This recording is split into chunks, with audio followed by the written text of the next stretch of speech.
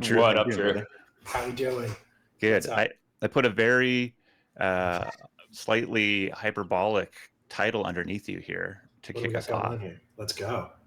What is OpenSea doing wrong? That's where we're kicking things off. That's where I got it, brother. I got it. So you shared a tweet. So Drew, you're the I guess GP founding partner. I knew there was a thing, right? Founding partner of Red Beard Ventures. GP founding partner. You also do a bunch, I think, in the sort of token economics space. I've been in the NFT world and crypto world more broadly. Become very highly recommended from the founders that we've talked to about you. Appreciate you. But I did. You've just been on this. You've been on one recently, which I think is interesting. And I want to talk about NFTs in general here in a second because I'm curious about that. But I did think, Josh and I have talked a lot on the show about the comeback story that is OpenSea. In part just the challenge of building through the various hype cycles. This opening to be, I think I called it the boomer meme coin trading platform. Millennial maybe is a better suited term there. Maybe there was like this nostalgia from 21 that they could kind of roll into being an everything app, maybe in a more creative way. And then of course we saw a lot of the drop off in the trading happening over there as the incentives left, and kind of we're back to square one, at least in our take here, thinking what is the right move for OpenSea? And I think you put a really strong argument together, which is like, have some conviction in the collectibles and art space and don't try to be something that you're not. I'm curious if you can kind of expand on that. Yeah, I mean, I think that, listen, if OpenSea for me still, and it's always has been the center of my digital collecting and NFT experience. So let's start there. I never swayed towards Blur. I actually think Blur was the biggest negative to the entire NFT space personally. I just don't think it was playing to the right ethos, and I think OpenSea really was playing to the right ethos. Then the market took a turn, and as any other company did and had to figure out during that time period is, okay, what do we do to make money? How do we build this business? How do we scale? I think that right now what we're seeing is they started to lean into the token swap space. Now, listen, do I think that token swapping is an important feature that they need to have? Absolutely. I think you should be able to buy any NFT from any chain with any token at any time. If you need to swap on their platform and it's more convenient, great. If they make some money on that, fantastic. But if they're going to be doubling down, I think that's their saving grace. I think that's a huge mistake. I think that that's what this whole rewards campaign has been about, trying to swap as much as you can. And I don't know what the intention of that is personally. I just don't see what the vision is for that for the team, because there's no way they win that game. There's just better places, cheaper places, and smarter places to be swapping tokens, trading tokens, etc. I don't think that's their game. So what does that mean? So where does that leave them? I think having it available makes sense, but I think you need to be continuing to lean into what your core strength is. And what that means is starting to be a little bit more innovative and starting to bring new ideas to OpenSea that are going to expand the potential for creators and for NFTs in the market. I love what Gandhi's doing. I think Gandhi is an incredible platform. I use Gandhi. I have punks on there. I have squiggles on there. I think it's a phenomenal platform. How do we natively integrate the Gandhi experience into OpenSea so that we can start to be able to borrow and lend the minute we buy right from OpenSea, leveraging Gandhi's infrastructure? Let's be a friendly ecosystem player to the companies that are providing value to the space. I think they're missing it on gaming. I think they need to be leaning into gaming much more heavily. I think that gaming, we can get into that in a little bit. I think gaming is still the biggest opportunity to bring Web2 users into Web3 to date. I think we haven't seen any of that scratch the surface. I think the words like gaming and the metaverse have been like shunned in crypto and in Web3 right now. And my opinion is we're about to see finally some companies start to be able to demonstrate that vision, and we can talk about that in a minute. And then lastly, I think that they're really missing on the physical to digital collectible space. I mean, it's blowing up. It's an obvious opportunity. The fact that they don't own that shit and are acquiring every company that's actually doing anything in that area to build that natively into their platform and making that a native revenue stream. That's just the most obvious thing. Like, acquire a vaulting company, acquire a pack ripping company, start introducing pack ripping experiences with NFTs. Like, let's lean into what collectors want to do on your platform. I mean, OpenSea, we got a Portco that is, I mean, perfectly built for an acquisition from OpenSea. Totally. I'm not sure the guys would want to go do it, but Yeah. yeah, I do think that is. I mean, it is a massive, absolutely massive market that I think in. And it's the bridge. It's the bridge from Web 2 to Web 3. Right. Like when I talk to my friends, like I literally was just having a conversation with a buddy before, and like because we were talking about NBA Top Shot, and I'm a huge NBA Top Shot guy. I still think NBA Top Shot is the grail of NFT projects, in my opinion. I truly believe that. I think it's demonstrated that. Yeah, it demonstrated that year over year, selling out drop over drop, and I think you're going to see an absolute mania coming up in the very near future. I mean, next week, Cooper Flag is coming out. The first debuts of Cooper Flag, and this rookie class is absolutely fire. The Top Shot team has been really leaning into understanding, hey, listen, just to take a step back, every NFT project dealt with the same problems. I was an early investor in Super Rare. I invested in Dapper. I invested in a ton of these projects, Zed Run, all of these early days, 2021, hot projects in the Web3 space. Everyone dealt with the same problem. You're balancing scalability and scarcity, and it's a very hard game to play. Very hard game to play. And when everything started to scale, you start to scale your business. When audiences scale and more people wanted your assets, you tried to scale accordingly. When the market dipped, it just all went to shit. That's been a very hard challenge for everybody. I think that Top Shot has figured out a couple of really interesting ways to lean into, whether it's burning inventory and reducing supply, or now they put out a great roadmap about a week ago that really kind of laid out the landscape for what they're going to be doing this year.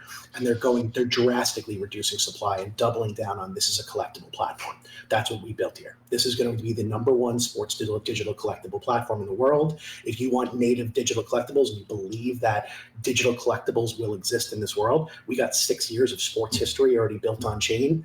They've announced that it's going to be permanently on chain, so they just released that last week, that the NBA and Dapper came out and basically said, hey, this is going to be permanently on chain. These videos are there for you. They're going to be on, I forgot the exact, Flow blockchain plus like some of the other kind of like immutable platforms that'll enable this to live on forever in perpetuity. So like they're doubling down in that area. I've been buying up a bunch, like Wemby's just kind of went off the chain. It's been going nuts. So I've been buying a bunch of his moments recently. I've been buying I just bought a Tyrese Maxey literally this morning. So I've just been getting some stuff getting going. But it's in the trenches here. I'm in the trenches, dude. Yeah, I'm clicking buttons. I go back to things that bring me joy. And NFTs brought me a lot more joy than the pump kind of meme coin era.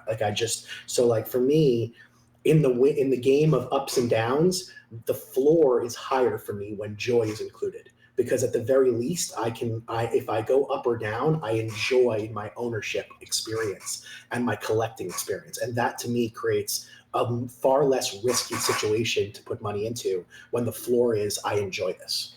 I mean, what's your core advice for founders kind of dealing with the inevitable ups and downs of these cycles? I think you got to really speak to your user base. I think that was one of the big things that I learned even from the Top Shot experience. Like the Top Shot experience, I think they at a time, I think they weren't really clicking with the user base. And I think it burned a lot of people. And that's why I think this year, the whole focus of Top Shot right now, personally, like what I'm seeing is that they are leaning into, hey, we've heard, we're listening, we're going to build this thing, we're going to build this thing based on what you guys want. And, does that mean it's going to be an easy journey? Does that mean it's going to be like does the user base understand how to create a sustainable business, or do they just want shit for free? Who knows? But like the reality is, I think that when you start to synthesize what the users want and can cater to the users as best as you possibly can, everything you should be doing as a founder needs to be user first. Right. When you start building financial first, or when you try to build revenue first, ultimately you're going to flop. Just because if you build user first, everything else should follow. And if it doesn't follow, then at least you've put your best foot forward into giving value back to your customer. Well, I think even understanding who your users are and who your speculators are, like who are the people that are here for emotional reasons. Obviously, the financial piece is a big part of it, and who's here just because there's a hype cycle. Well, there's just to talk to Top Shot again, like there are 3 types of investors in Top Shot. Like at least the way I think about it, there's traders and flippers, which is totally normal. There's passionate sports-based collectors. There's longer term investors, and those investors want to see value appreciation, maybe dividends from owning sets, etc. The flippers want to see quick opportunities for arbitrage, etc. And the collectors want to find the stuff that they love and enjoy it and hold it and maybe pass it down to their kids or whatever the heck. So like, there's different, you have to cater to those different audiences in this space. It's not in this kind of a game, it's not a one customer profile. There are different personas that we have to cater to. I mean, and just the insanity that we went through at that time period which is a gift and a curse. Everyone's going to look at, oh, well, the top was the top, and like we're down from then. I think that's what was one of the biggest hindrances for a long time, is that you had people that came in after the mania. I know that when I brought in friends, I was in early on Top Shot. When I read about it from, I think it was Fred Wilson put a blog post about NBA Top Shot early. Fred's always early, man. He's early, man. He wrote a blog post about it. I was like, this is exactly what I've been looking for. My first venture investment in the whole space was Super Rare, because I was like looking for collectibles. I was looking for scarcity. I was looking for, I got into Bitcoin in 2013, but like that made sense to me. But collectibles, scarcity on chain, to me, just clicked like nothing other. I mean, I collect action figures, autographs, like sports cards. Art. I've collected so many things in my life. I'm a collector by nature, for sure. So the idea that I'm going to have a digital identity with digital collectibles makes obvious sense to me. I spend 80% of my freaking time in life, I feel like, on Zooms and in a digital world. Right now, the only place that we have to show off our digital identity is like a Twitter profile picture, which is a joke, really. That's why PFPs had their run. I believe the metaverse is going to be the ultimate home for everything we've been doing in this space. Like, you're taking the over on the most washed narratives out here right now. I know. I like it. I have to, because I see what's happening. I think the two projects I'll talk about quickly on the metaverse side that I think are worth discussing. Ape, I think, just came out with some incredible announcements. I don't care about price movement of their NFTs. I don't care about price movement of their token. The stuff that they showed and the vision they have for their metaverse and what they're building was brilliant and beautiful. And I think that deserves to be celebrated. And I hope the whole space supports what they're building, because I think it's truly where we want to go in this market and what we need for this market to thrive. I personally, my biggest investment, my biggest position as a personal and in my fund, I love Wilder World. I don't know if you're familiar with Wilder World. If not, you should definitely be checking it out. I think that's a team that is as native to crypto as it gets. They do not run from crypto like some projects run from crypto, try to hide it, try to abstract it. They are leaning into every single component that crypto makes you to benefit. They've built an unreal kind of a true metaverse-like experience with multiple games in the environment, NFTs that I can be using in the world. When I buy art, I buy it because I want to put it up in my office or home in Wilder World. Truly, this is how I think about it. Like, I buy NBA Top Shot moments knowing that one day I could set up a reseller store of a card store in Wilder World. Like, that's literally how I think. That's who I am. I don't know how I might be weird for that, but like, I believe, I think that digital collectibles and digital assets need a home and need an environment. And I believe Wilder World will be one of them. I hope that Ape is another one of them.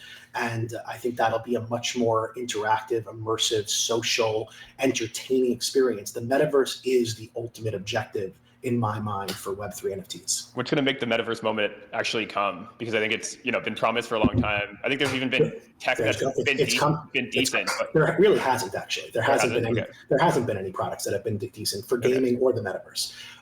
We will see by the end of this year, literally this year, by December 31st, we're going to be walked into Wilder World's metaverse. We will have they're going to be opening up the open world experience. We will see what commerce looks like and retail stores look like, and being able to walk in and buy something. We're going to see what racing and cars and driving looks like. We're going to see what shooting and playing and battling looks like, and how that all connects to the economy. The essential thing for these metaverses to work is that there needs to be an economy that backs the entire thing, and everything needs to be considered in the economy aspect of the metaverse. And they have really flushed out. I mean, if you guys haven't seen it, like, check out their zines. Their zines are incredibly detailed. They're one of the best teams also in documenting and building in public and kind of sharing their progress along the way. But like, I bought their Lambo cars. They did a partnership with Lamborghini just like about a month or two ago. Sold out in minutes. Prices are super cheap because I'm going to be owning these Lambos in the metaverse, and there's not many of them. And these are official Lamborghini partnered cars. You know what I mean? Like Lambo did a release of their physical car in partnership with Wilder World to do the digital car. Like those types of licensed opportunities, like NBA licensed goods, Lamborghini licensed goods. There's not much of that, you know? True.